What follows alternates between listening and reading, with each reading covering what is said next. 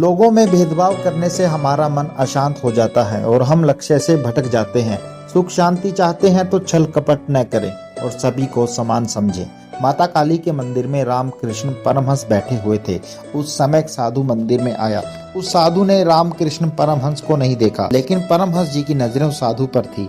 वह साधु भूखा था। उसने इधर उधर देखा, लेकिन उसे कहीं भी अन्न दिखाई नहीं दिया। उसी समय मंदिर के बाहर एक कुत्ता रोटी खा रहा था।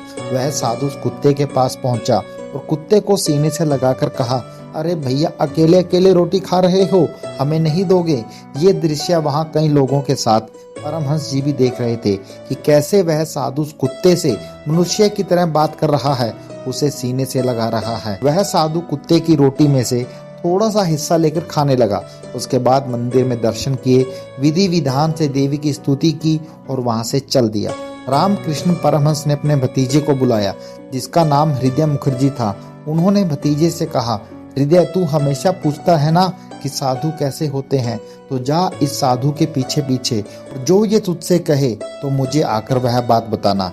भतीजा उस साधु के पीछे पीछे चलने लगा तो साधु ने हृदय मुखर्जी से कहा, क्या बात है, तुम मेरे पीछे पीछे क्यों आ रहे हो? हृदय ने कहा, मुझे आपसे कोई शिक्षा चाहिए। साधु ने कहा, जिस दिन मंदिर में ये जो गंदा घड़ा रखा हुआ है उसमें भरा पानी और गंगा जल को एक मानने लगोगे तो तुम साधु बन जाओगे।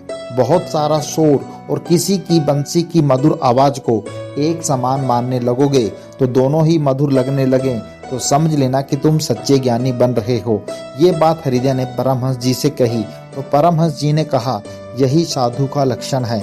उन्हें भूख लगी तो वे कुत्ते के पास जाकर बैठ गए और उसकी रोटी में से हिस्सा खाने लगे। उन्होंने तुमसे भी कहा कि भेद मिटा दो। एक साधु के भीतर सबसे बड़ी पूंजी होती है सहजता और समानता। जीवन में बहुत अधिक भेदभाव करने से मन अशांत हो जाता है और हम लक्ष्य से भटक जाते हैं। सुख शांति पाना चाहते हैं तो छल कपट न करें, भेदभाव न करें, ईमानदारी से काम करें। Thank you.